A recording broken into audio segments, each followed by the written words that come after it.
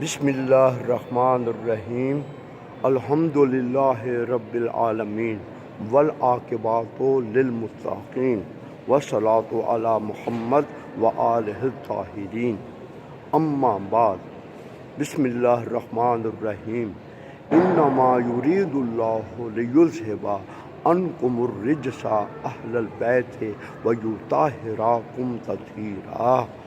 اللہم صلی علی محمد وآل محمد محمد و آل محمد۔ ایک ایسا نورانی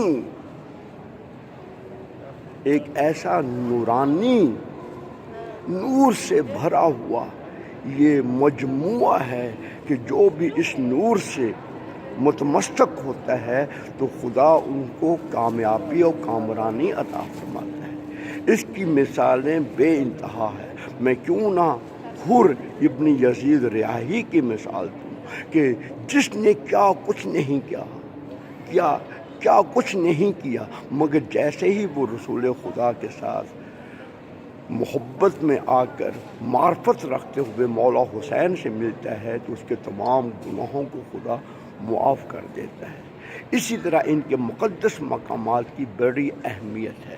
اللہ تعالی ہمیں ان کے مقدس مقامات پر جہاں پر یہ دفن ہے وہاں پر آنے کی ہمیں بار بار توفیق عطا فرمائے۔ اللہ اکبر۔ ان کی توفیق جو ہے، ان کے پاس آنا جو ہے وہ گناہوں سے چھٹکارا ہے۔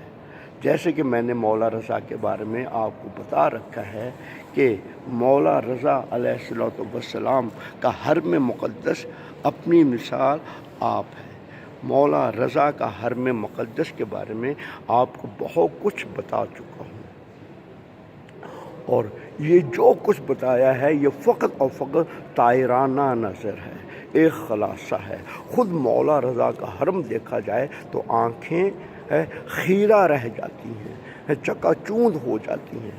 مولا رضا کا حرم چاہے ان کے تہہ خانے ہوں، چاہے یہ زمین کے برابر ہو یا 2 منزلہ ہو، 3 منزلہ ہو، جیسے بھی ہے 2 منزلہ ہو، تو یہ سب کا سب حرم دیکھنے کے لائق ہے۔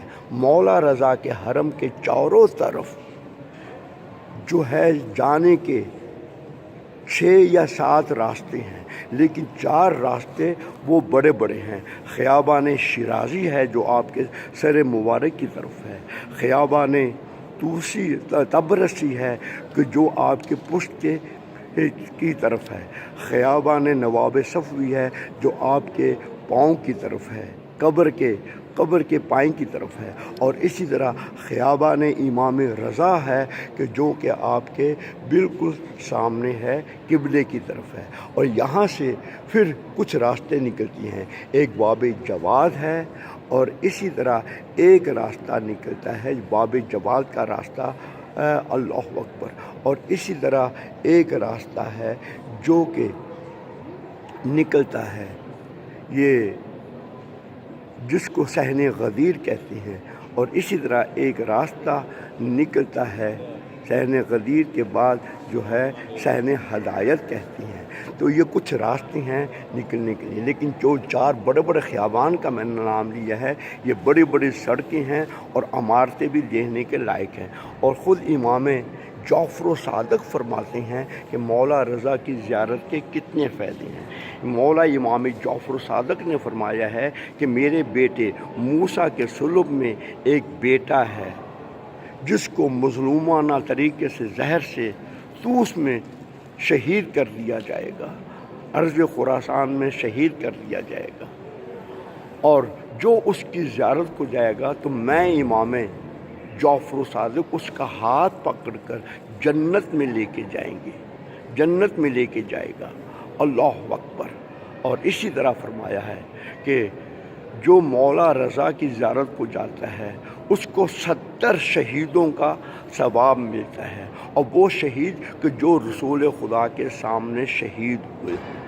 اور اسی طرح آپ نے فرمایا کہ جو رسول خدا جو امام رضا کے حق کو پہچانتے ہوئے زیارت کرے، تو کسی نے پوچھا کہ یا امام جعفر صادق امام رضا کا حق کیا ہے؟ کہا کہ ان کی اطاعت واجب سمجھتا ہوا ان کی زیارت کرے تو اللہ تعالیٰ اس کو یہ سب چیزیں عطا فرماتا ہے۔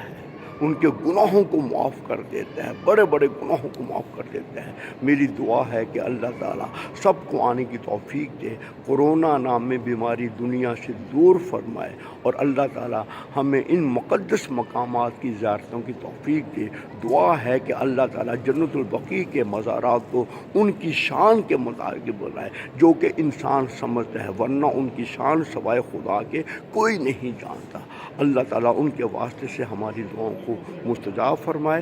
اللہم صلی علی محمد و آل محمد۔